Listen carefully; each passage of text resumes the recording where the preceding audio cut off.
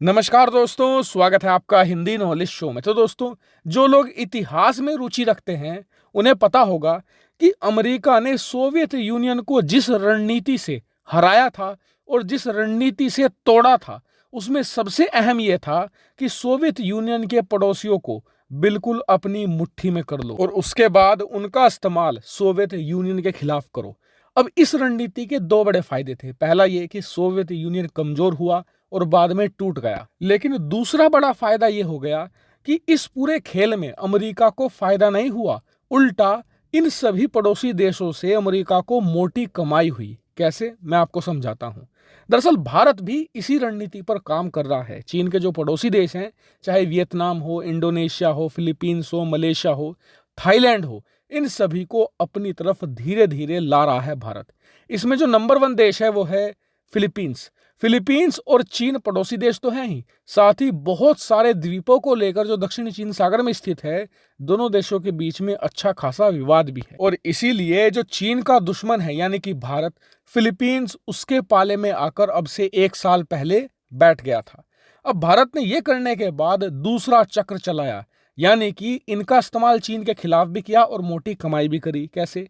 हमने फिलीपींस को ब्रह्मोस मिसाइल बेच दी अब से कुछ महीने पहले। अब इससे हमें कई सौ मिलियन डॉलर की कमाई हुई। साथ ही जो ब्रह्मोस दुनिया की नंबर 1 क्रूज मिसाइल मानी जाती है, वो हमने इनडायरेक्ट तरीके से चीन के सर पर तैनात कर दी है, जिससे कि चीन पर प्रेशर भी बन गया है।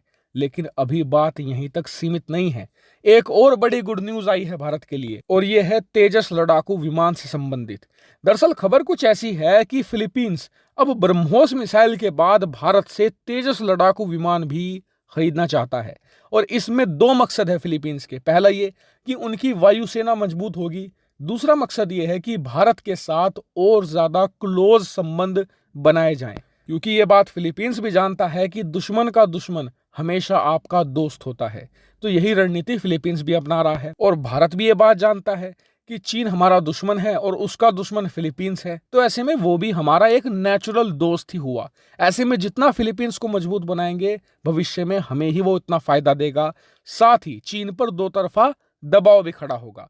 और इसके अलावा तीसरा पॉइंट ये है कि हमारी मोटी कमाई भी होगी, जिससे कि हमारा डिफेंस सेक्टर और ज्यादा मजबूती से खड़ा होगा। और इसीलिए फिलीपींस की जो तेजस खरीदने की इच्छा है, उसे देखते हुए भारत का जो HAL है, जो तेजस को बनाती है, उस कंपनी के कुछ अधिकारी आने वाले कुछ ही दिनों के अंदर फिलीपींस को तेजस लड़ाकू विमान पर ब्रीफिंग भी देंगे, जिसके बाद असेसमेंट तैयार होगा और उसके बाद तेजस लड़ाकू विमान की जो डील है उस पर काम भी आगे बढ़ा दिया जाएगा। और देखिए, ये तो अभी शुरुआत है। बताया भी जा रहा है कि फिलीपींस भारत से जो आकाश एयर डिफेंस सिस्टम है उसे भी खरीदना चाहता है। क्यों? क्योंकि चीन की वायुसेना जिस तरीके से ताइवान में घुसपैठ करके उन्हें परेशान करती है, पिछले कुछ महीनों से वो फिलीपींस को भी ऐसे ही परेशान कर रहे हैं। अपने लड़ाकू विमान लगातार फिलीपींस की जो वायु सीमा है उसमें घुसपैठ करवाते हैं। ऐसे में वो चाहते हैं कि एक बार हमें आकाश एयर डिफेंस सिस्टम मिल जाए, उसके बाद वो अपने देश की सुरक्षा और ज्यादा बेहतर तरीके से